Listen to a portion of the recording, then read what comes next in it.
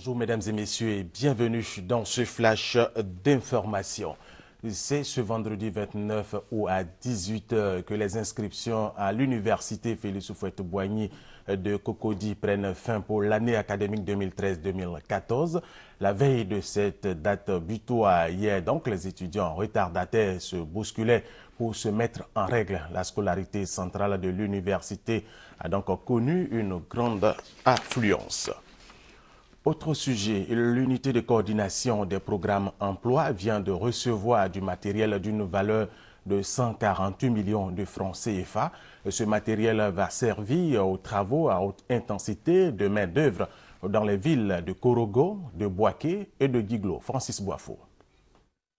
Cette remise de matériel de salubrité et d'équipement d'une valeur de plus de 5 millions de francs CFA à une cinquantaine de jeunes d'Aboisseau fait partie des 148 millions d'équipements remis à 2048 jeunes.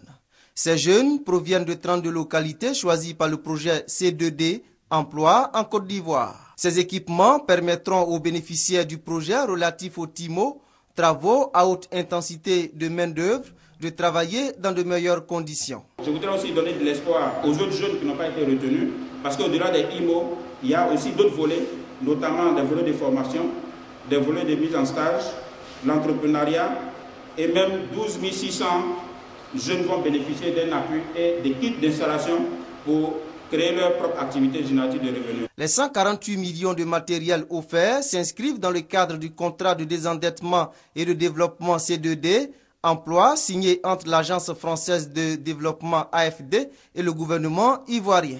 Ce sont au total plus de 10 milliards de francs CFA que l'AFD a mis à la disposition de l'État de Côte d'Ivoire sur la période 2012-2015 pour lutter contre le chômage. Le projet C2D Emploi vise 18 500 jeunes.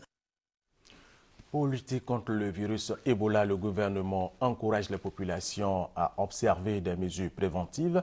Il ne faut pas se serrer les mains, il ne faut pas faire d'accolade, il faut se laver régulièrement les mains. Cela conduit les populations à se ruer vers les gels mains et d'autres produits hygiéniques, occasionnant ainsi des ruptures de stock dans les grandes surfaces. Les frontières doivent être ouvertes, mais avec un meilleur contrôle sanitaire des points de passage.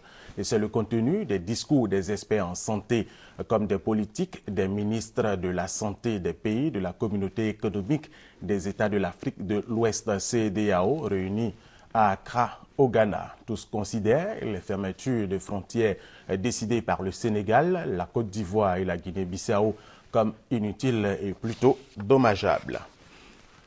À Ouagadougou, après 4 jours de discussion sur les questions relatives au statut politique et juridique à négocier pour l'Azawada et le nord du Mali et la problématique de l'unité des mouvements, les 6 groupes armés ont signé un protocole d'accord. Ils s'engagent à cesser toute hostilité entre eux et parleront d'une même voix au gouvernement lors de la rencontre prévue à Alger le 1er septembre prochain.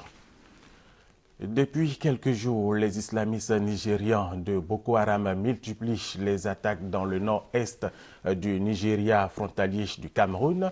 Ils se sont emparés de plusieurs localités, entraînant la fuite de milliers d'habitants. L'armée camerounaise est en alerte. À Madagascar, des criquets géantes envahis Antananarivo hier jeudi. Cette invasion est due aux fortes chaleurs qui touchent la capitale depuis une semaine. Ces criquets géants ont mis plus d'1 heure à traverser le centre-ville de la capitale malgache. Fin de ce flash d'information, je vous retrouve à 13h.